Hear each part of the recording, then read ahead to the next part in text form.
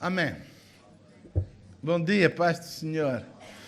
Mas vocês hoje vêm muito bonitas. Ei, tantas gravatas.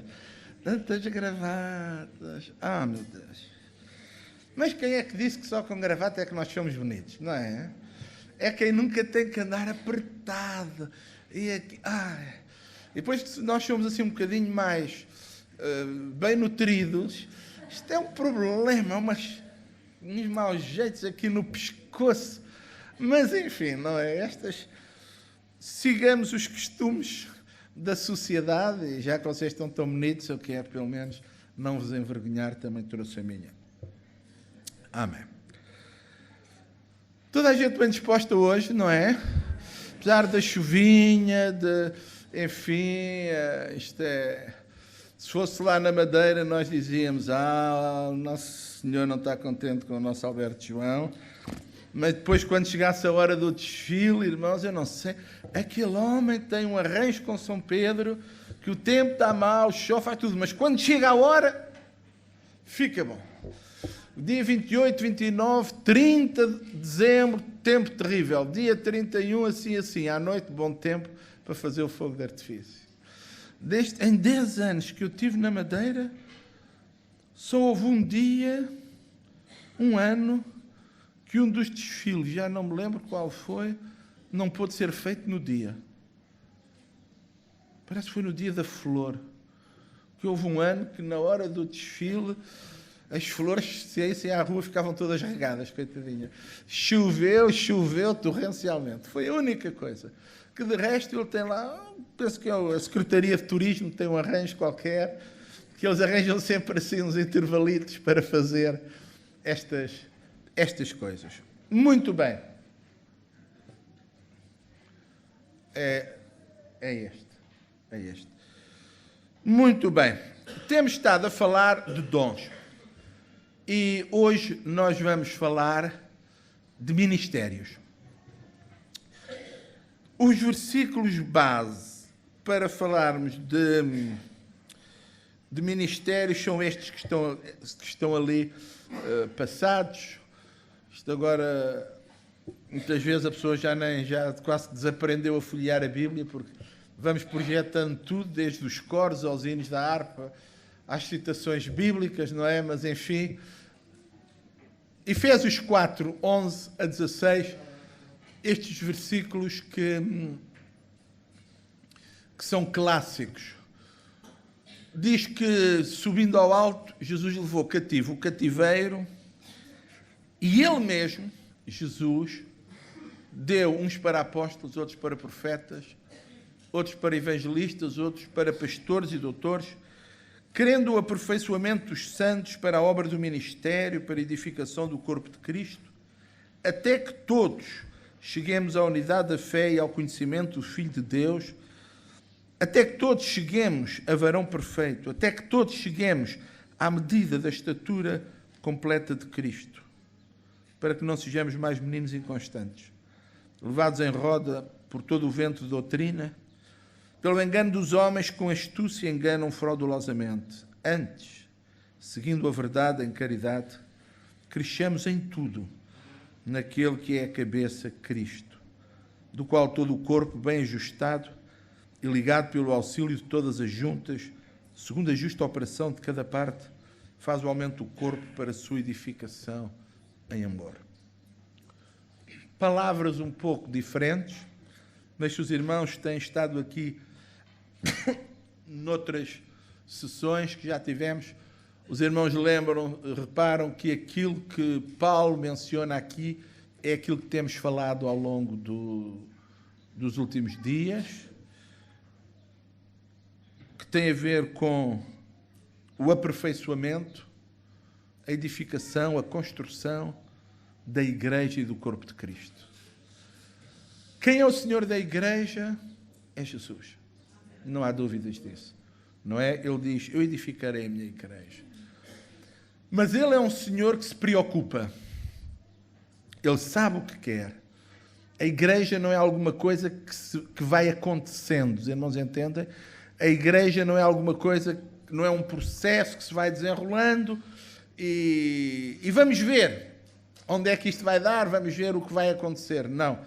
A igreja é alguma coisa que está muito clara na mente de Deus, e Deus preparou todas as coisas para que a igreja que nós somos e que nós estamos a ajudar a construir seja não o fruto do nosso raciocínio, da nossa imaginação, que a igreja seja não aquilo que nós em reuniões decidimos que ela vai ser, mas para que a igreja seja aquilo que Ele quer.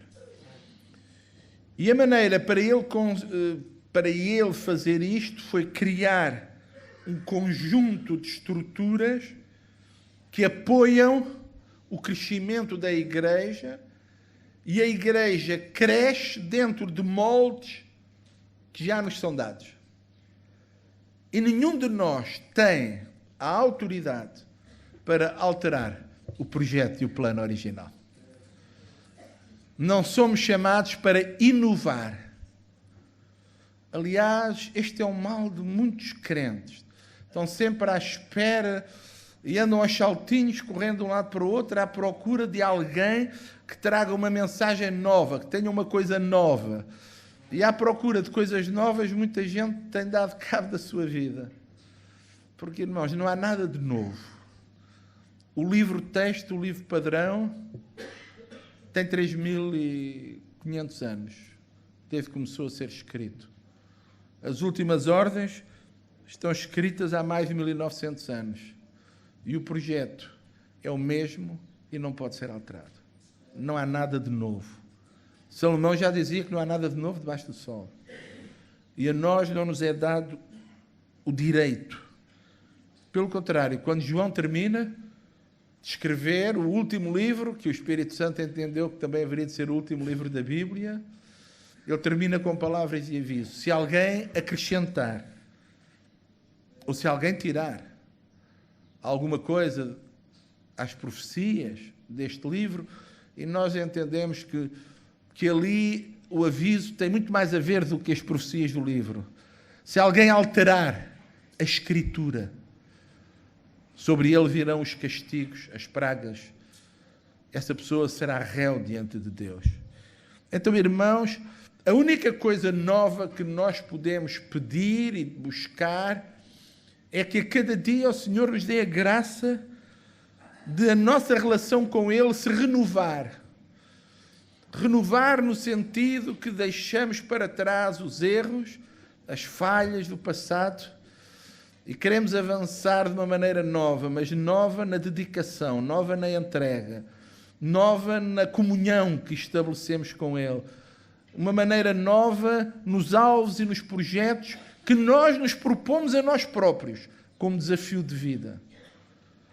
Mas ficando firmes na velha palavra. Agora, esta palavra é nova. É nova porque é uma palavra que vem de um Deus que está atual. É uma palavra nova porque ela é uma palavra que vem de um Deus eterno, mas que é eterno, e a eternidade não significa que está velho, ultrapassado, mas significa que à eternidade se junta um conjunto de atributos que fazem dele o eterno presente, isto é, o Deus que existia e que continuará a existir. Ele vive não num passado nem num futuro, mas ele vive no eterno presente. E em cada dia, em cada hora, para Deus é presente e ele é atual nesse momento. Porque nele não há mudança, nem sombra de variação, então a sua palavra não é velha, mas a palavra é sempre a palavra. Porque no momento em que ela foi falada, ela estava certa, hoje ela está certa, e daqui a N anos ela estará certa. Porque aquele de quem ela fala não se altera, não muda. Não precisamos de novas edições revistas e corrigidas. E eu, quando estou a dizer isto, não estou a criticar a Almeida Revista e Corrigida, porque aí tem apenas a ver com a correção da linguagem e dos métodos de tradução que vão sendo cada vez mais apurados. Mas não precisa de ser revista e corrigida porque nela não há erros. A melhor das enciclopédias nunca está terminada. E se o irmão comprou uma boa enciclopédia, o irmão sabe que ela é boa porque ela dá-lhe o direito de periodicamente receber atualizações. Uma enciclopédia que é vendida uma vez e o irmão fica com ela na prateleira para o resto da vida, não é uma boa enciclopédia. Daí a 50 anos, alguns dos seus artigos estarão completamente ultrapassados. Uma boa enciclopédia, ela prevê atualizações e cada ano ou cada 2 anos, às vezes X em X anos, são lançados no mercado novas atualizações. Esta palavra não precisa, porque ela não continha e não contém qualquer tipo de erro ou falha. Aquilo que Deus pensava é o que Ele pensa, aquilo que Deus queria é o que Ele quer, o seu plano é e continuará a ser o mesmo. Então, irmãos, não há novidades. Para nós é nova a palavra, porque a nossa capacidade de a conhecer e apreender, essa sim é falha. E precisamos nós próprios de nos treinar, precisamos nós próprios de nos esforçar, precisamos nós próprios de aprender a conhecer. Daí aquele versículo que os irmãos se lembram, o pastor Samuel leu no primeiro dia, em Oseias, capítulo 6, aquele versículo que diz: conheçamos e prossigamos em conhecer ao Senhor. Aquilo que para nós é uma tarefa de uma vida, para Deus é uma obra acabada. Então, irmãos, não há nada de novo. Há talvez uma maneira nova de interpretar, e se há uma maneira nova de interpretar é porque antes interpretámos mal. Ou se há uma maneira nova de interpretar é porque, irmãos, mudam-se os tempos, muda-se a cultura e é necessário contextualizar a palavra. Não contextualizá-la em termos do ensino, mas contextualizá-la em termos dos exemplos. Entendendo que se Jesus vivesse hoje, as parábolas seriam diferentes, os exemplos seriam diferentes, as histórias seriam diferentes, mas as verdades seriam as mesmas.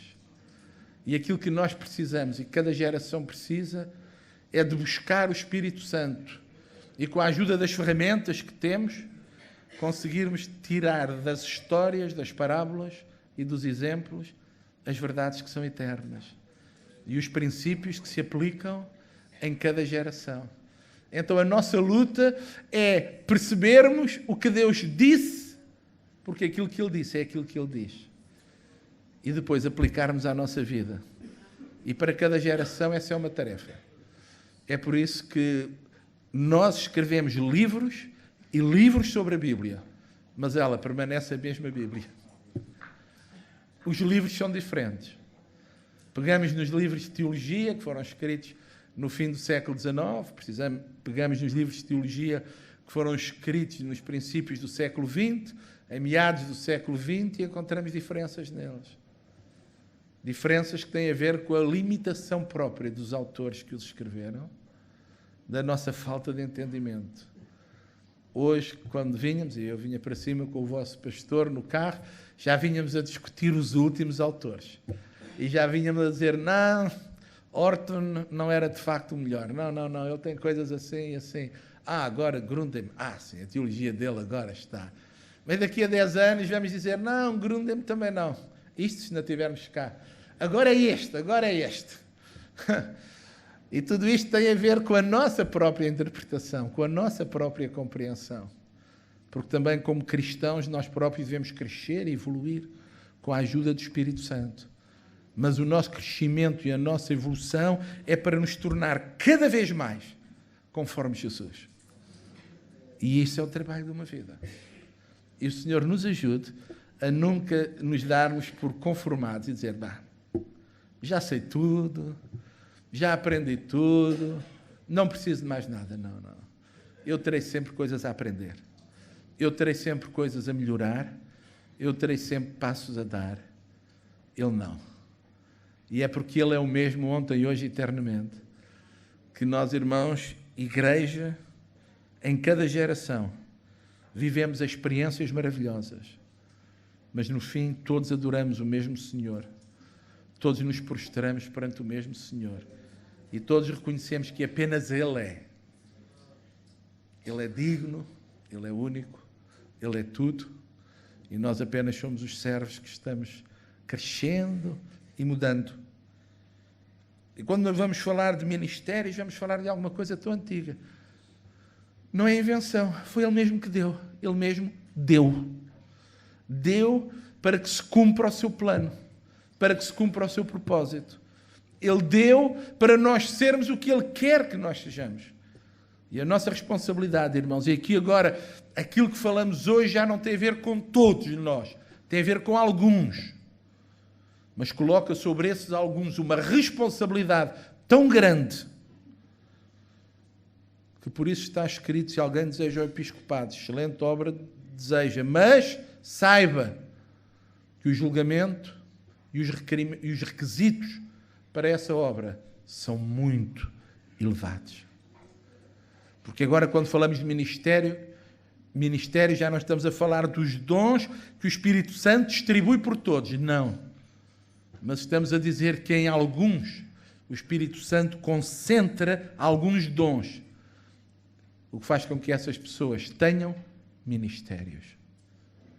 E aquilo que eu gostava que ficasse muito claro hoje é que há uma diferença, podem passar, por favor, uma diferença grande entre dons e ministérios. Enquanto os dons capacitam todos para todos servirem na igreja e para todos fazerem a obra de Deus, os dons levantam na igreja grupos de pessoas específicos para ocuparem cargos de liderança, e não tem ministério quem quer, mas tem ministério aquele a quem o Espírito Santo dá os dons. Porque, irmãos, não tenhamos ilusões. Quando chegamos a estas áreas, não adianta dizer eu sou. Não adianta promovermos. Eu estava ali na Madeira e eu conheci um homem que fundou uma igreja. Depois foi ao Brasil. Quando veio, era pastor. Foi ao Brasil. Quando veio, era apóstolo. E a mulher era bispa. Agora, quando ele for outra vez ao Brasil e vier, não sei o que é que ele vai ser. Se calhar vai ser anjinho. Ou se calhar anjinhos são aqueles que acreditam que ele é aquilo tudo. Mas nenhum de nós é. É o Espírito Santo que nos faz. E nós reconhecemos aquilo que o Espírito Santo faz. E não é por eu querer. Irmãos, eu posso querer muito, mas se eu não tiver os dons, eu não sou. Ou se eu tiver um dom, se eu tiver uma capacidade, eu sou sempre um servo, eu sou sempre um instrumento, eu sou sempre alguém a quem Deus quer usar, e não há vergonha nenhuma nisso, porque o Senhor Jesus mesmo disse que aquele senhor que foi em viagem, a uns deu 5, ao outro deu 2 e ao outro deu 1. E quando veio, ele esperava a mesma coisa de todos. O que é que ele esperava? Que cada um deles pegasse naquilo que ele lhe deu e fosse fiel no seu uso. Se aquele que recebeu 5, o Senhor esperava que ele negociasse com os 5 talentos. O que recebeu 2, ele esperava que ele negociasse com os 2. E a verdade é que os 2 ouviram as mesmas palavras: servo bom e fiel. O único que não ouviu essas palavras foi aquele que ficou ressentido. Só tive um. Ele não confiou muito em mim. Ele confiou. E ele estava certo. Ele não era digno de confiança. Porque só teve um, não fez nada, guardou, pôs de lado. Nem arriscou. Nem tentou impressionar o seu senhor, dizendo: só me deste um, mas tu vais ver que com o pouco que tu me deste, eu vou conseguir fazer mais que os outros. Afinal, ele provou que o Senhor tinha razão. Ele não merecia. Ele não é digno de confiança. Irmãos, a minha oração é que o Senhor se engane com alguns de nós. Mas Ele nunca se engana. Mas irmãos, entendam o que eu quero dizer. E que pelo facto de Ele não nos dar muito, nós não fiquemos ressentidos, dizendo: também não me deste, também não faço. Olha os outros que façam. Então, não é o outro que foi lá promovido, a ancião. Eu não sou, então é o que faça. E voltamos as costas e vamos a assobiar. E desprezamos o investimento de Deus na nossa vida. E dizemos que porque o Senhor não me deu aquilo que eu queria, então eu também não faço o que Ele quer. Porque ou é a minha maneira ou não é. O barro não refila contra o oleiro. O barro só é bom quando é moldável. E quando não é moldável, é lançado fora, não presta. O bom barro deixa-se moldar. E vai à roda às vezes que for preciso. E leva mais água e é desfeito e moldado, até que sai a obra perfeita. Aquele barro que é duro, que é teimoso, entre aspas, é lançado fora, não presta. Não vale a pena perder tempo com ele. Irmão, não sejas duro na tua vida, nem na tua relação com Deus. O Senhor só te deu um dom, dá graças a Deus, irmão. Ele deu porque Ele confia que tu és capaz de o usar. Ele deu porque Ele quer que tu sejas útil nas suas mãos. Ele deu porque Ele quer que tu sejas juntamente com Ele edificador da sua obra e do seu reino. E em vez de ficares triste, dá graças a Deus. Porque o Senhor e o Rei, o Criador e o Sustentador do Universo, confiou em ti para te dar a oportunidade de tu te colocares ao lado dele e de tu teres nomes juntamente com aqueles que edificam o seu reino. Porque, irmãos, a Bíblia repete-se em histórias e ilustrações. E 1 Coríntios 3, Paulo diz, não é, eu ponho o fundamento, outro edifica, mas veja cada um como edifica. Porque a obra de cada um será aprovada. E se ela for de ouro, prata ou pedras preciosas, ela vai passar o teste.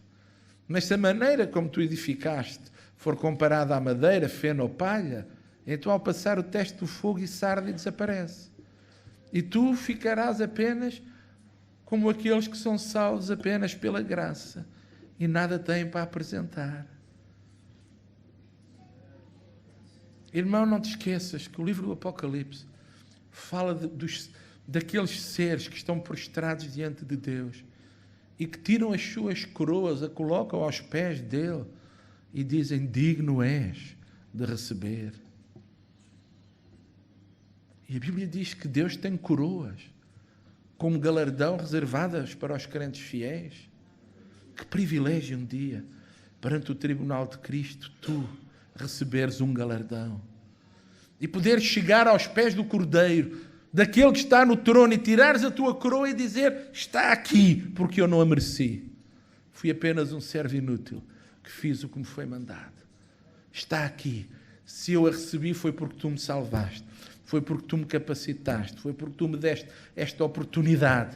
E aquilo que eu fiz, eu não fiz por ser bom, fiz com a tua ajuda, fiz pela tua graça, então eu não o mereço. Está aqui, tu deste-me, mas ela não é minha, é tua.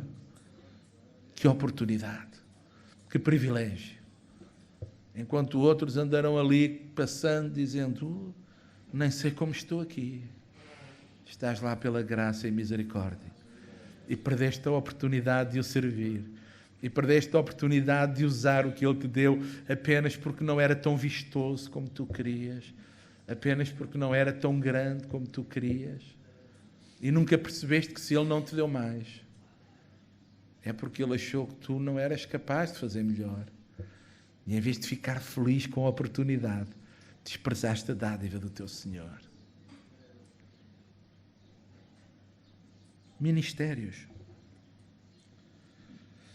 A palavra grega que aparece em todos os lugares onde isto é mencionado é a palavra, como já dissemos, diaconia.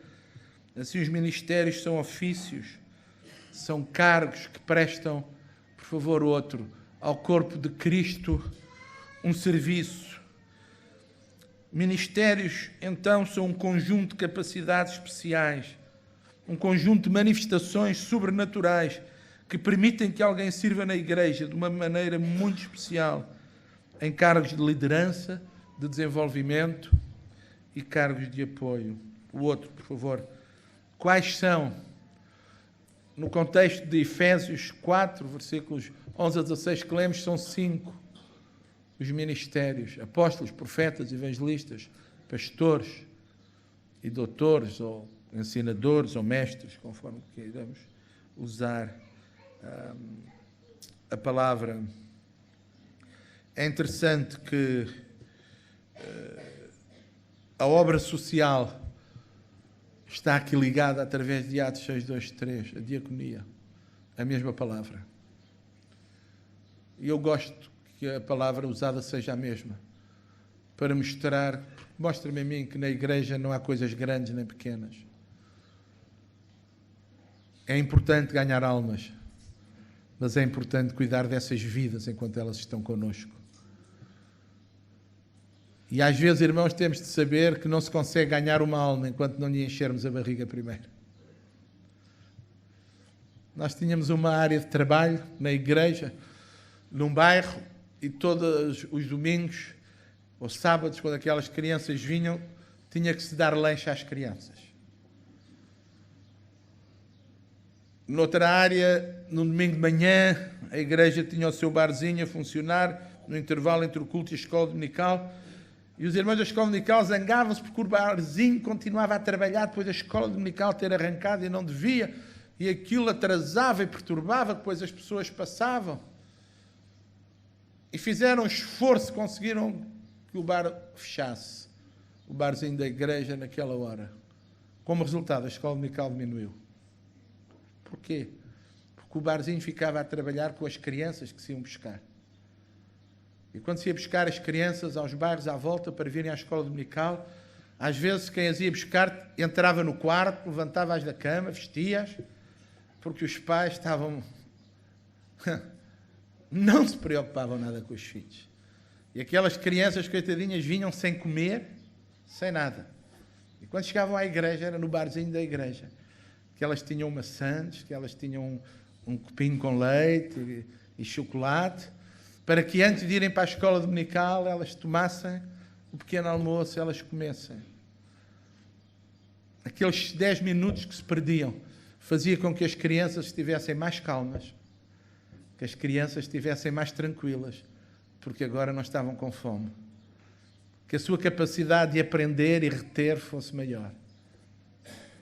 Numa das congregações eles decidiram que não iam continuar com aquilo, porque de facto aquelas crianças, diziam eles, só iam à igreja para comer.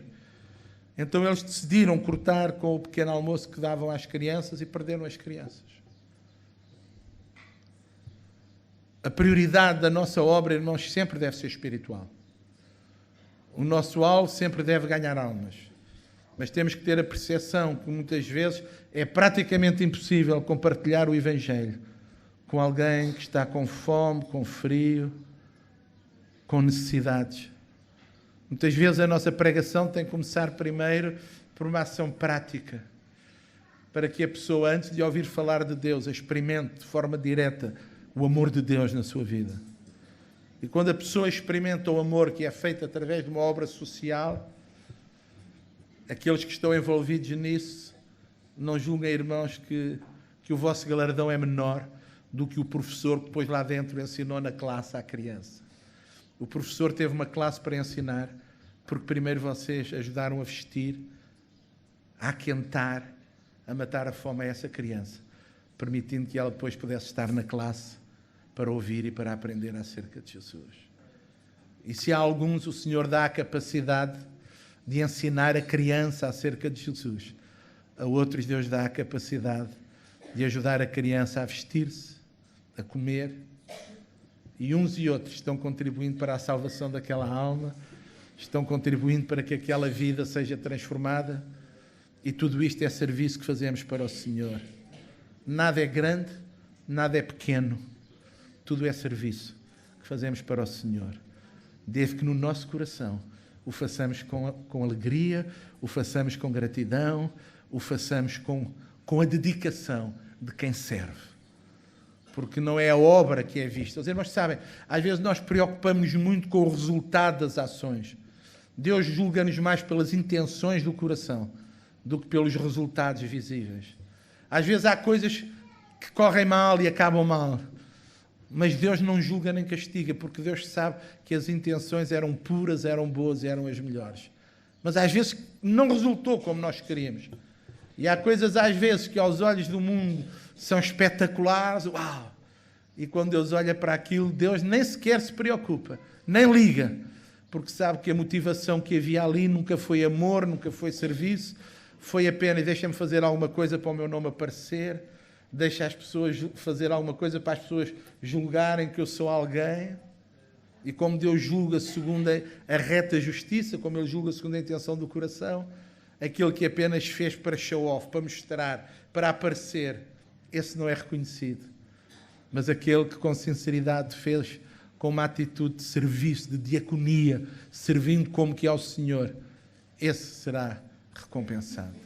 O Senhor nos ajude, irmãos, a termos a percepção correta de que no reino de Deus às vezes as coisas não são como no mundo.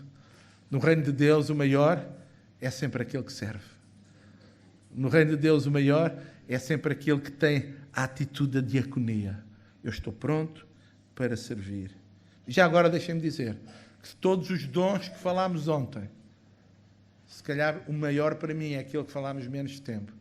O último, aquele dom de socorros, de ajudas.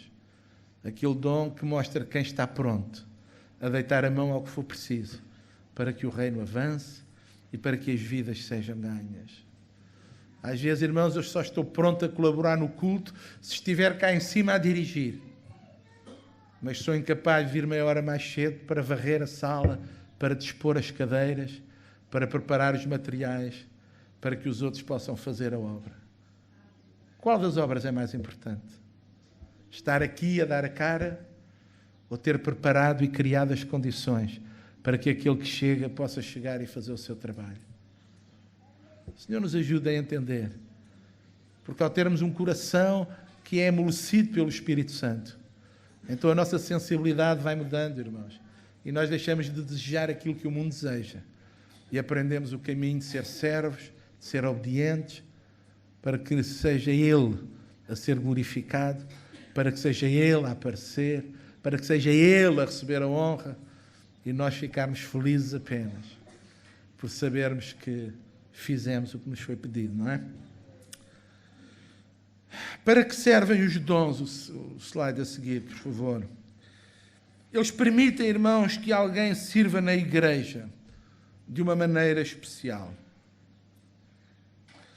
Esses dons capacitam a pessoa para fazer, esses dons capacitam a pessoa para ter uma percepção das necessidades. Esses dons dão à pessoa a capacidade dela perceber como resolver, como fazer. Esses dons funcionam na pessoa, irmãos, para que a obra apareça e seja feita da maneira correta. Já disse e volto a repetir, nunca é demais. A obra de Deus não se faz baseada nos dons nem nas capacidades naturais. O importante não é as formações, os cursos, o treino e as especializações que nós temos. O importante é os dons que estão em funcionamento para que as coisas sejam feitas à maneira de Deus. Irmãos, sabem, a igreja tem que ser vista não como um negócio, mas como um edifício espiritual. A verdade, irmãos, é que há princípios do mundo, princípios de gestão, princípios de organização, princípios de liderança, que também se aplicam na igreja, sem dúvida. E não podemos dizer, irmãos, que princípios e técnicas não funcionam, porque funcionam. Irmãos, há áreas da igreja que têm a ver diretamente com finanças. E precisamos, na igreja, de pessoas que tenham formação académica em diferentes áreas, irmãos. Uma coisa é decidirmos como vamos gerir as finanças da igreja. E outra coisa é tratar essas finanças para as apresentar às autoridades com quem temos que nos relacionar, não é? Não desprezamos as capacidades nem os dons naturais. Precisamos de contabilistas, de toques. Precisamos de pessoas que sabem relacionar-se nesses meios. Irmãos, quando temos um projeto social, irmãos, podemos ter o maior amor e o maior desejo de abençoar crianças, mas se não tivermos os técnicos para colocar tudo aquilo da forma certa que a sociedade de hoje aceita e exige, o nosso amor não chega, porque não podemos fazer nada. Não podemos fazer orfanatos, não podemos fazer infantários, não podemos criar refeitórios, a não ser de acordo com as regras que a Segurança Social define e acabou. De outra maneira, não há apoio, não há ajuda e o nosso trabalho ainda é fechado e sofremos prejuízo até por causa disso. Então, irmãos, não desprezamos aqueles que têm as capacidades naturais e o conhecimento do mundo natural. Não é dizer, não precisamos deles, não é isso. Mas não são eles que podem ou devem determinar o governo e o destino da igreja, os irmãos entendem? Porque uma coisa é tratar as nossas contas, as nossas finanças, de maneira que possamos apresentá-las e elas serem aceitas e reconhecidas. Outra coisa é determinar onde e como vamos gastar os nossos recursos. E o gastar os nossos recursos e como os vamos investir não pode ser fruto de técnicas empresariais, mas tem que ser motivado e tem que estar sujeito à direção de Deus, conforme o Espírito Santo coloca e dirige a igreja para fazer as coisas. E há investimentos, irmãos, que a igreja faz, que não têm nada a ver com os investimentos que os especialistas fazem.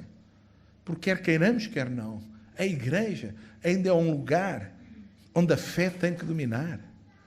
Porque se nós apenas, irmãos, fizermos as coisas baseadas em princípios empresariais, hoje não teríamos, nem faríamos metade das coisas que temos feito ao longo destes últimos anos.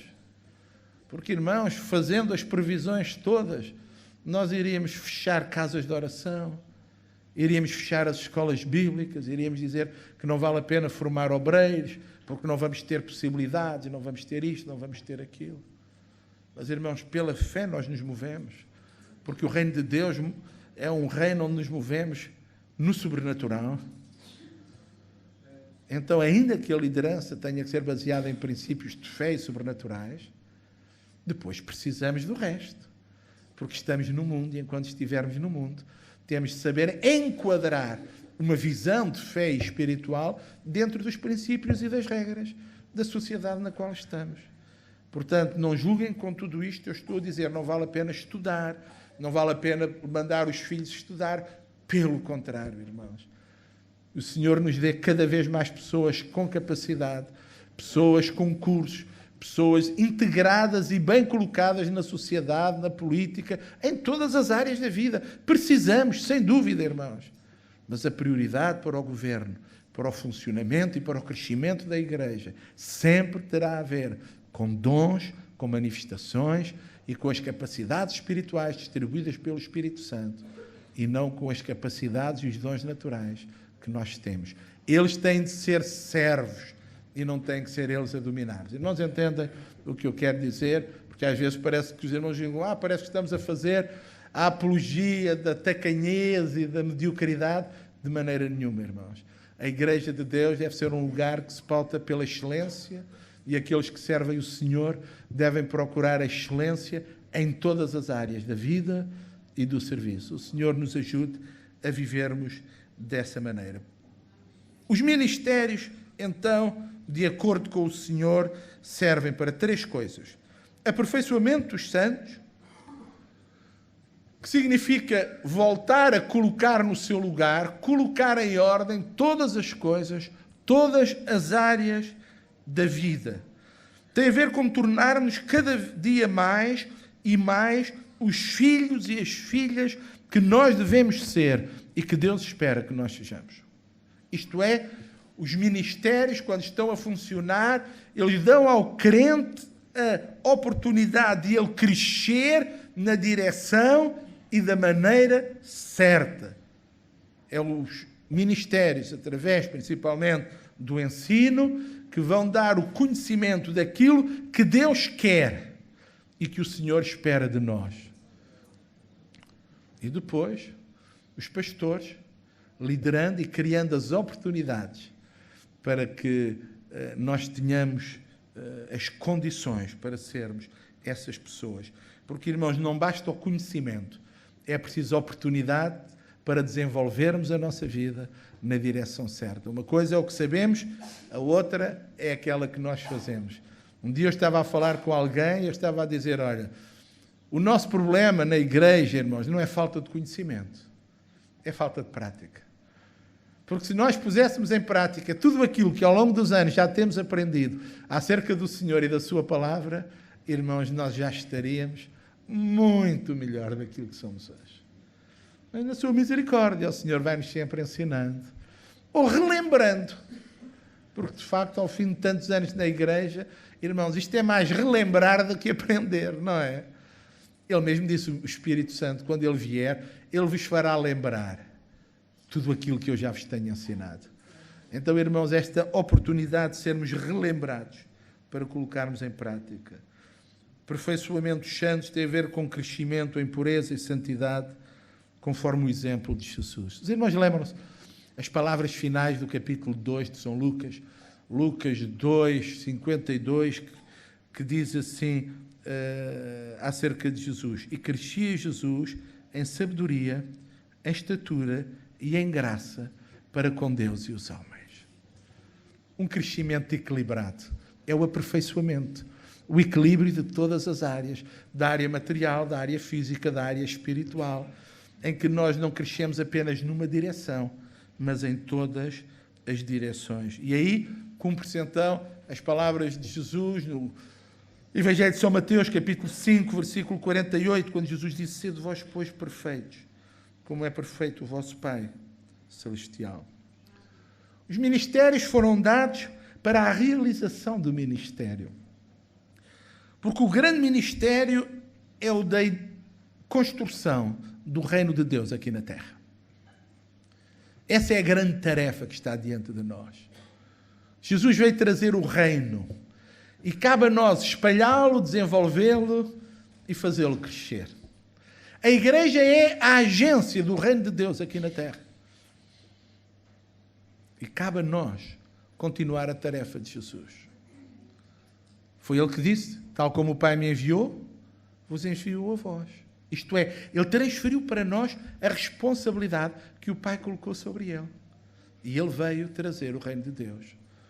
No princípio do Evangelho de Mateus, logo no capítulo 4, João Batista começa pregando a dizer: é chegado o reino dos céus. E logo a seguir Jesus, quando começa a pregar, Mateus diz que a mensagem de Jesus era a mesma: é chegado a vós o reino dos céus.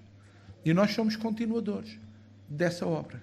Então, o grande ministério, o ministério ou o serviço por excelência que todos prestamos e que o conjunto de todos os serviços está a promover, é o crescimento e a expansão do reino de Deus aqui na Terra. E o nosso desejo, irmãos, era que o reino de Deus viesse a abarcar toda a Terra. É interessante, irmãos, que neste momento, quem é que conhece as histórias do Asterix? Quem é que sabe quem é o Asterix e o Obelix? São os mais novos. Oh, irmãos, vocês mais antigos, se não conhecem o Asterix e o Obelix, não há curso superior que vos salve. É imprescindível ser conhecer o Asterix e o Obelix. O Obelix, se vocês não o conhecem, andem por mim, que é quase a mesma coisa. Só me falta o capacete e os suspensórios. E o Asterix? O Asterix, o pastor Eugênio, mais elegante, sem refilão e tal, é ele. As grandes características do Asterix e do Obelix é que eles pertencem a uma aldeia, que é a única aldeia em todo o Império Romano que não se submeteu aos romanos. Os irmãos sabem que em todo o universo existe apenas um lugar e um planeta que não pertence ao reino de Deus, que é esta Terra. Mas o reino de Deus já está aqui infiltrado através da igreja. E através de nós, irmãos, ele pode começar a crescer e a espalhar-se como fogo numa pradaria. E esse é o plano de Deus. Esse é o ministério. Essa é a realização, a obra do ministério. É que deixe de haver no universo um lugar que está fora do alcance e do domínio do Senhor. Porque de facto a terra está. Porque o homem que tinha o direito legal de dominar, entregou esse direito a Satanás. Porque de quem alguém é vencido, do tal se torna servo. Por isso Satanás, e Jesus mesmo diz, ele é o príncipe deste século. Ele é o príncipe deste mundo. Satanás tem o direito legal de reinar aqui. Mas cada vez que uma alma é salva, ela é arrancada desse reino e ela é plantada no reino de Deus. E chegará o dia em que o último inimigo há de ser vencido, e chegará o dia em que a morte há de ser lançada no lago de fogo, em que Satanás e os seus servos serão lançados no lago de fogo e enxofre, e então ele será tudo em todos. E nesse momento, o reino dos céus tornar-se-á no reino de Deus em todo o universo. E deixará de haver alguém fora, alguém longe. Qual é a obra do ministério? O que estamos nós a fazer? Estamos a fazer um trabalho como a resistência, que no meio do território inimigo, nós estamos a anunciar a luz e a verdade de Deus. No meio das trevas a luz raiou. A luz está no reino de Deus. Irmão e irmã, aquilo que nós fizermos irá espalhar o reino de Deus nesta terra. O Evangelho do Reino será pregado em testemunho a todas as gentes e então virá o fim. Até lá, irmãos, é a nossa tarefa. Os ministérios cumprem o ministério, a obra necessária para que o reino de Deus vá crescendo, se vá espalhando e que homens e mulheres sejam salvos, sejam nascidos de novo, sejam arrancados desse reino que tem como príncipe e senhor Satanás e comecem a chegar ao reino de Deus. E um dia, todo o joelho se dobrará e toda a língua confessará que Jesus é o Senhor. E esse é o sinal que o reino de Deus atingiu a sua plenitude.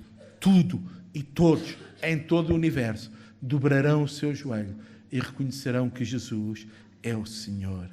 Irmãos, nós estamos envolvidos nessa tarefa. É um privilégio. Deus não escolheu os anjos, escolheu-te a ti.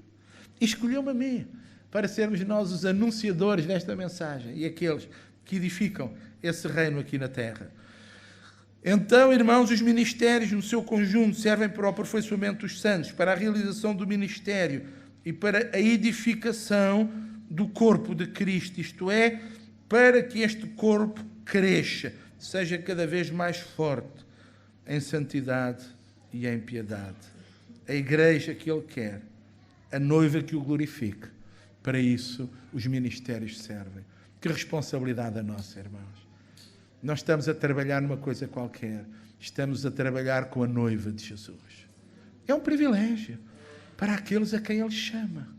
É um privilégio para aqueles que são apóstolos, profetas, evangelistas, pastores, doutores, para aqueles que são anciãos, diáconos, para aqueles que são chamados para ser cooperadores. Irmãos, nós estamos a trabalhar numa coisa qualquer. Não, estamos a trabalhar naquilo que Deus mais ama.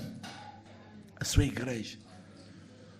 Estamos envolvidos na maior das tarefas, levar as almas ao conhecimento da salvação, fazer com que aqueles que estão longe cheguem perto, se reconciliem com Deus e sejam feitos filhos de Deus. Se nós, ministros, fizermos o nosso trabalho como deve ser, por favor, então, um novo slide, então, os crentes devem atingir estes 4 objetivos. Em primeiro lugar, a unidade da fé. Isto é, que todos creiam da mesma maneira e nas mesmas coisas. Não que todos sejamos iguais. Esqueça isso. Essa unidade que o Senhor quer não quer dizer que todos somos iguais. Era difícil. Quer dizer, uns gostam mais de risco ao lado, outros gostam de puxar o cabelo para trás. Outros não se importavam, tomara eles ter cabelo. Mas olha, aqui já temos uma dificuldade. Já não basta decidir se temos que usar risco ao lado ou puxado para trás, ainda temos de contentar aqueles que nem para um lado nem para o outro. Então já não é possível estarmos todos unidos assim. E as irmãs a mesma coisa. Desde aquelas que queriam ter o cabelo liso e nasceram com ele encaracolado, às outras que nasceram com ele encaracolado e que o sonho delas era ter o cabelo liso e que nunca, enfim, também não chegamos a acordo. Depois há aqueles que gostam da cor natural e aos outros que gostam de dar uma ajudinha. Também não chegamos a acordo. Tantas coisas, irmãos. Se a unidade fosse por aqui, estávamos mal. Quem é que conseguia estabelecer o padrão? Quem é que havia de determinar se o nó da gravata era com 2 voltas ou com uma volta só? Se havíamos de ter uma ponta muito comprida que se enfiasse na outra ou se tínhamos de ter uma pequenina? Se podemos ter uma gravata terminada em bico como nós, ou como os irmãos da Ucrânia que dizem que esta não pode ser usada porque é pecaminosa, tem que ser sem bico, porque o bico está a apontar para baixo para o inferno e o crente não deve ter... Senhor Jesus abençoe os nossos irmãos da Ucrânia. Mas também era impossível ter unidade com eles, porque as minhas gravatas têm todas aqui um biquinho. E ou eu ponho uma mola para apontar para o céu, ou já não... Pronto. Então, irmãos, não se riam, rir é só no princípio. Assim, pois vocês estragam as coisas. Então, a unidade não tem a ver com isto, irmãos. Tem a ver... Todos queremos no mesmo Senhor. Todos fomos salvos da mesma maneira. Todos fomos chamados para o mesmo propósito. Todos temos uma mesma esperança. Leia os primeiros versículos de Efésios 4 e veja quais são as 7 áreas grandes em que nós devemos estar unidos. Porque até o Senhor sabe que a unidade apenas existe nas coisas essenciais. E nas outras que não são essenciais, o Senhor deixa à vontade, irmãos. Desde aqueles que usam casacos de tecido, até aos outros que usam casacos de cabedal, coitadinhos animais que morreram para eles terem casacos de cabedal, até aqueles que usam sapatos com sola, coitadinhos dos bichinhos que morreram para essas solas, aos outros que usam solas de plástico ou de borracha, que hão de ficar aí a poluir o resto do planeta. Olha, irmãos, vamos todos para o céu à mesma. Deixe lá que não é por causa disso. E depois quem ficar cá que trate de despoluir e de fazer o resto. Não, irmãos, não é nisso que estão as coisas importantes. A unidade da fé. Será que todos estamos unidos à volta de Jesus? À volta da igreja? Será que todos já desistimos dos nossos sonhos e alvos e projetos? Será que todos nós já abandonámos de vez a edificação do nosso reino e estamos todos empenhados em edificar o reino dele, em honrá-lo a ele, em torná-lo a ele grande e conhecido? É isso que é importante, irmãos. É esta unidade que o Senhor quer promover entre nós. A unidade na qual ele é Senhor e nós somos apenas irmãos e servos, todos iguais, todos amando-nos uns aos outros, respeitando-nos uns aos outros, todos puxando na mesma direção, andando na mesma direção, sem presunções, sem vaidades, sem olharmos de lado para os outros, mas amando-os de todo o nosso coração. Que tarefa tão grande ainda há para fazer. Que trabalho os ministérios ainda têm na igreja. E tudo isto será impossível se não for a obra do Espírito Santo. Porque é Ele que lida connosco, é Ele que nos limpa, é Ele que tira de nós o que não presta, é Ele que nos vai aperfeiçoando, é Ele que vai trabalhando em nós. Nós apenas somos, mais uma vez, uns instrumentos. A unidade da fé que promove o mover de Deus, irmãos. Quando Deus encontra essa unidade, quando Deus encontra essa atitude, os irmãos têm ali versículos em livro de Atos que falam de unidade. Então Deus move-se, porque quando todos estão juntos, quando todos estão unidos no mesmo propósito, o Espírito Santo baixa, o Espírito Santo opera, os milagres acontecem, o Senhor acrescenta aos que se hão de salvar. Porque o maior segredo da igreja primitiva não era a perfeição, como tanta gente os quer fazer crer, irmãos. Eles não eram nada perfeitos. Havia mentirosos e ladrões, havia tudo lá no meio, como há em todo o lado. O grande segredo deles é que eles estavam juntos, perseveravam unânimes na oração, no partir do pão, nas orações, esforçavam-se por obedecer, esforçavam-se por cumprir, esforçavam-se por ser. E quando há esta unidade e quando há este esforço de união, Deus opera. Porque quando Pedro e João vieram lá do Sinédrio e depois de serem julgados e chegaram à igreja e disseram aquilo que eles tinham dito, olha, eles proibiram, eles não querem que nós façamos nada, e então a igreja orou, diz que a igreja se juntou, diz que unanimemente levantaram a voz e disseram, e depois de eles terem orado, diz que o Senhor baixou e o lugar foi cheio e moveu-se com o poder de Deus. Não era porque eles todos tinham o cabelo do mesmo tamanho, nem era porque usavam a túnica toda feita do mesmo material, não era disso, irmãos, mas era porque todos estavam unidos e unânimes no propósito de honrar e glorificar Deus e cumprir o seu propósito. E quando Deus encontra corações dispostos, Deus move-se. E quando Deus encontra vidas dispostas, Deus move-se. Deus ajuda a liderança a conseguir levar os crentes à unidade da fé, ao conhecimento do Filho de Deus. Precisamos de saber quem é Jesus, irmãos. Precisamos de saber como o que o Senhor quer, o que o Senhor espera de nós. Precisamos de conhecê-lo como Salvador, mas como médico, como libertador, como aquele que traz a paz, como aquele que traz a alegria, como aquele que dá propósito de vida. Irmãos, o alvo e o propósito dos ministérios é levantar Cristo no meio da igreja. Para muitas pessoas, Cristo é quase como um mediador de seguros que dá a salvação e acabou.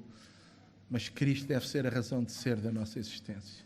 Ele deve ser tudo para nós. Irmãos, enquanto houver um crente que não o conheça desta maneira, então há trabalho para fazer. Porque a nossa fé se coloca naquele que é tudo e pode todas as coisas. O trabalho e o alvo dos ministérios é promover a maturidade espiritual. Irmãos, a tragédia é que na igreja, tal como na vida, alguns crescem muito depressa e há outros que nunca crescem. E hoje na sociedade estamos a viver uma crise de maturidade, os irmãos sabem disto. Aqueles que já deviam ser pais e chefes de família ainda continuam a viver na casa dos pais e a gastar o dinheiro em Playstations e jogos de computador, e casam-se e levam para o casamento a mesma vida, e depois lá acaba tudo em divórcios, porque as esposas casam à procura de marido e encontram filhos, e às vezes eles vão à procura de esposa e encontram filhas, dependentes, crianças, jovens imaturos que não crescem, que não aprenderam, porque nós pais tanto quisemos dar, tanto quisemos fazer por eles, que os estragamos. Quer dizer, no nosso desejo de fazer melhor, não conseguimos. E na igreja temos gente que nunca mais cresce. Crentes que pelo tempo já deviam ser pais e mães espirituais, capazes de se reproduzir, de ganhar outros, de se fazerem discipulado. Ainda precisamos andar sempre em cima deles, coitadinho. Para este irmão, cuidado com o que dizes, cuidado com o que fazes, porque senão aquele irmão fica amoado e aquele irmão fica triste, e o outro irmão já não apareceu no culto porque o outro passou por ele e não o cumprimentou, e ele disse agora, enquanto o outro não lhe pedir desculpa, não vai. Oh, Jesus, mas que coisa que nós temos, irmãos. Eu julguei que isso era só na classe dos pequeninos, mas também era dos adultos. Há gente aí complicadinha. Dá vontade de dizer, cresce e aparece. Mas não se pode, porque na igreja, se nós dizemos uma coisa dessas, o pastor é posto na rua, porque não sei o quê, porque isto é, o pastor é como o treinador, a culpa é sempre dele. A equipa não marca gols, a equipa não joga, muda-se o treinador. Os crentes são imaturos, os crentes não crescem, os crentes não praticam, os crentes não oram, os crentes não fazem, muda-se o pastor. E mudam-se todos os pastores, mas não se leva os crentes à reconciliação, ao perdão, não se leva os crentes a superar os problemas e as divisões que têm uns com os outros, e não há pastor que resista, pois o problema não está no pastor, irmãos. Às vezes começa logo no ministério. Graças a Deus que o Porto é uma igreja onde esses problemas não existem. Mas há igrejas em que o pastor, coitado, começa logo com os problemas que tem no ministério. Não se falam uns com os outros, não se dão uns com os outros. Os partidos começam logo aí, a imaturidade começa logo aí. E quando os problemas começam em cima, como é que as bases vão de estar boas? Se aqueles que têm o ministério são os primeiros a serem maturos, como é que eles vão guiar os outros à maturidade espiritual? Porque quando entre nós há questões e divisões, irmãos, isto tem a ver com imaturidade, não tem a ver com outra coisa. Divisões na igreja, divisões no ministério, divisões entre os crentes. Então porquê é que Paulo escreveu primeiro aos Coríntios? Não está lá escrito? Uns são de Paulo, outros são de Pedro, outros são de Apolo, outros são de não sei quem. E havia aqueles que tinham mania que eram os melhores. Esses eram do Senhor Jesus. É como lá na minha casa era assim, meu pai era de Sporting, não sei o quê, e a minha mãe era do Senhor Jesus, que era a que ganhava sempre, porque punha aquele ar de santidade. Eu não ligo a essas coisas, eu sou do Senhor Jesus. Então, mas o Senhor Jesus também joga a bola, tem clube. Não misture lá o Senhor Jesus com essas coisas, deixa ficar de fora. Porque o Senhor Jesus, se há coisas em que o Senhor Jesus não se mete, irmãos, é no futebol. Porque hoje, como há jogadores crentes em todas as equipas, ele ia ter um trabalho enorme quando antes do jogo estão todos a orar. Estão os do Benfica, ó Senhor, hoje e tal. Estão os do Porto, os do Olhanense. Esta hora estou os do Olhanense. Ei, vamos ao Dragão, hoje queremos ganhar. Senhor Jesus, ser nosso amigo. E os crentes que estão, Senhor, continua a ajudar-nos para mantermos, para chegarmos ao fim de um ano sem derrotas em casa e tal. E o Senhor Jesus diz, meu Deus, Pai, a quem é que eu vou ajudar hoje? E o Pai diz, olha, deixa-os lá, temos coisas melhores para tratar. Vamos ajudar antes aqueles que estão lá no Carvalhito, que eles precisam mais. Amém. Senhor Jesus, vira-te para nós, visita-nos a nós e eles que se entendam lá uns com os outros. Mas às vezes até queremos meter o Senhor Jesus nestas coisas. Então, isto não é maturidade, irmãos. Somos ou não somos igreja? Vamos ou não vamos todos um dia para o mesmo lugar? Se estamos destinados a passar a eternidade juntos, não é melhor começarmos a entender-nos já aqui, irmãos? Até não é melhor começarmos a olhar para a cara uns dos outros a direito e a perceber que afinal todos queremos a mesma coisa? Podemos é não concordar pelo caminho. Não, mas se vocês preferem as escadas, eu prefiro o elevador, deixem lá, pronto. Eu venho de elevador, vocês sobem as escadas, qual é o problema? Porquê é que devemos fazer uma guerra por causa disto? E um partido por causa disto? Os do elevador e os da escada. Os que vêm pela escada têm razão, irmãos, faz bem à saúde, vir a pé, faz exercícios. Os que vêm pelo elevador têm razão, conserva a saúde, irmãos. Então não temos todos razão, porque é que devemos nos dividir em coisas, irmãos, coisas que às vezes não prestam para nada. Eu aprendi esta com os franceses. Os franceses dizem, trabalhar dá saúde e não trabalhar conserva. Pronto. Uns querem ter mais saúde, trabalham. Outros querem conservar a pouca que têm, ficam mais calmos. Amém, irmãos. O Senhor nos ajude a crescermos, a sermos pessoas maduras. Os irmãos sabem que um dos símbolos da maturidade é a capacidade reprodutiva. Se calhar a igreja não cresce porque nós somos imaturos. E estamos preocupados com coisinhas que não prestam para nada, em vez de estarmos juntos a ganhar almas. Que no fim de contas é o que o Senhor espera de nós e que é para isso que nós estamos aqui. O ministério deve desenvolver um caráter como o de Jesus, fruto do ensino, da prática e da obra interior do Espírito Santo. O fruto do Espírito, Gálatas 5:22.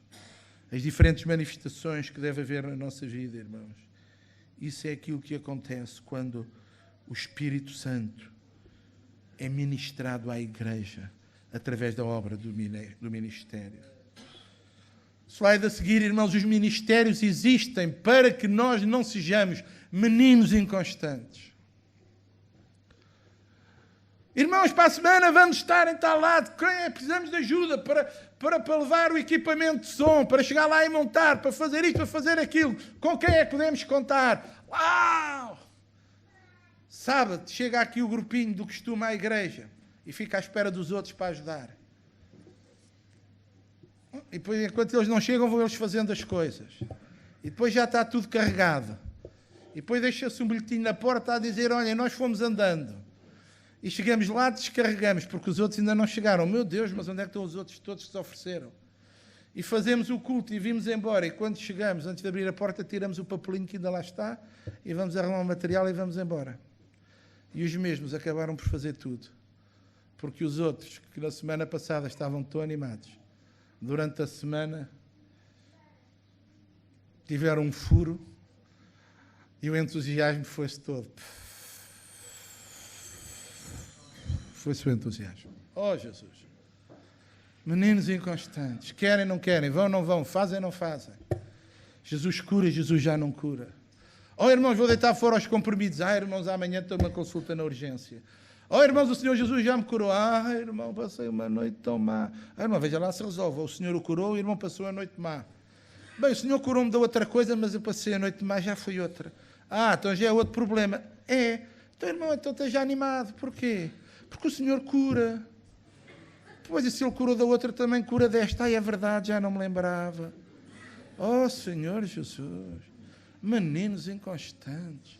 Não podemos ser, irmãos. Crianças inconstantes não levam a lado nenhum. Somos presa fácil nas mãos do inimigo. O diabo faz o que quer com esses crentes estilo ioiô, que tão depressa estão lá em cima, como lá em baixo, passam a vida animados, desanimados, alegres, tristes. A pessoa está sempre a orar a dizer, Senhor Jesus, ajuda-me a apanhá-lo num dia bom, ajuda-me a apanhá-lo num dia bom. Porque se for num dia bom, temos tudo. Se é num dia mau, mais vale vir embora. A obra do ministério deve ajudar os crentes a não serem facilmente enganados em termos doutrinários. Porque os inconstantes, as pessoas de coração dobre, se por um lado não recebem do Senhor nada, porque o Senhor não tem paciência para essas pessoas. O Senhor tem mais que fazer do que aturar aqueles que não sabem do que querem, que um dia pedem uma coisa e no outro dia já é outra. O Senhor diz, então resolve aquilo que queres e depois vem ter comigo. Também são levados em redor por qualquer coisa. Tão depressa acreditam como não acreditam. Tão depressa acreditam no céu como pregam o inferno, como já não sabem. Oh, irmãos, cada cassete que ouvem mudam de opinião. Cada filmezinho que vêem no YouTube já tem uma ideia diferente. Cada livro que leem, já é uma nova revelação. Meu Deus, mas onde é que estão as convicções? Onde é que está a obra do Espírito Santo no nosso coração? Onde é que está a firmeza que a palavra produz? Mas a tragédia é que muitos crentes hoje já não leem sequer a palavra. Contentam-se pelos sites da internet e pelos filmes do YouTube e pelos SMS que alguém manda. E há SMS que eu admiro só aquele tempo que as pessoas levam a escrever aquilo. É só promessas e palavras maravilhosas. É pena que aquelas pessoas nunca põem o nome no fim para a gente saber quem manda, para depois estarmos de olho na vida deles, porque metade das vezes a vida deles não tem nada a ver com aquelas coisinhas bonitas que mandam. É como aqueles crentes que a coisa mais preciosa que têm lá em casa é aquela caixinha de promessas que herdaram da mãe. Os irmãos sabem, conhecem as caixinhas de promessas? Oh, é maravilhoso, irmãos. Todos os dias de manhã, antes de sair de casa, eu tiro uma folhinha. Ai, como eu fico abençoado. Pois aquilo só tem promessas de coisas boas. O pior é que depois o irmão tira a promessa das coisas boas, chega cá fora, pois já passou o tempo. E está a chover, e o que é que o irmão faz com a promessa? Há crentes que nunca leram a Bíblia inteira. Só conhecem os Salmos. Como é que eles não vão ser, senão meninos inconstantes? Eu já vou para o intervalo, mas tenho que acabar esta frase. Os ministérios a funcionar fazem com que não sejamos facilmente enganados por pessoas que deliberadamente querem deturpar a verdade de Deus para seu proveito próprio. 1 Timóteo 6, 3 a 5 diz, se alguém ensina alguma doutrina diversa e não se conforma com as 6 palavras de nosso Senhor Jesus Cristo e com a doutrina que é segundo a piedade, é soberbo e nada sabe, mas delira acerca de questões e contendas de palavras, das quais nascem invejas, porfias, injúrias, suspeitas maliciosas, disputas de homens corruptos de entendimento e privados da verdade, cuidando que a piedade é fonte de lucro. E não é isto o que se vê no dia de hoje. Há dias uma irmã veio ter, muito triste, veio ter comigo e disse, irmã, temos que orar por tal pessoa assim, assim, isso não conheço. Não é do seu tempo, mas olha, ele foi ao instituto. Foi, graças a Deus. Ele está casado com a filha de uma irmã, daquela irmã, não sei quem é essa irmã, pois, uma irmã Inês Ferreira, que eu não sei quem é, e que está doentinha agora em casa, coitadinha, não pode ir à igreja, então a filha está casada com um rapaz que foi aluno de instituto.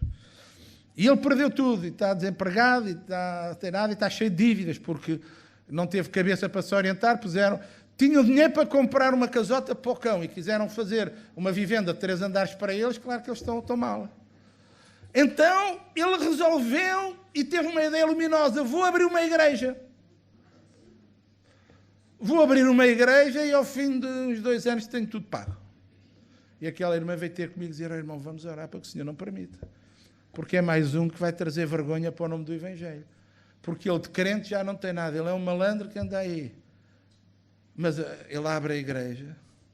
Os crentes que são inconstantes, imaturos, vão lá começar todos a assistir e não percebem que a única coisa que ele quer é, sem ele fazer nada, receber os dízimos, as ofertas, as promessas alçadas e as promessas de fé, tudo o que ele conseguir tirar-lhes. Depois, ao fim do ano ou 2, vai-se embora e a junta administrativa da igreja vai ficar com as rendas por pagar, com a água e a luz por pagar e com o resto das dívidas que ele fez. Porque, entretanto, ele e o dinheiro já fugiram. Quantos casos destes existem hoje? Até é vergonha termos que falar disto, porque nada disto devia acontecer no reino de Deus. Mas isto acontece, porque Paulo diz que há pessoas que são demasiado simples e que, em vez de ficarem firmes na verdade, vão atrás de todas estas coisas. Ele deu à igreja ministérios para que estas coisas não aconteçam. 5 minutos de intervalo. 10 minutos.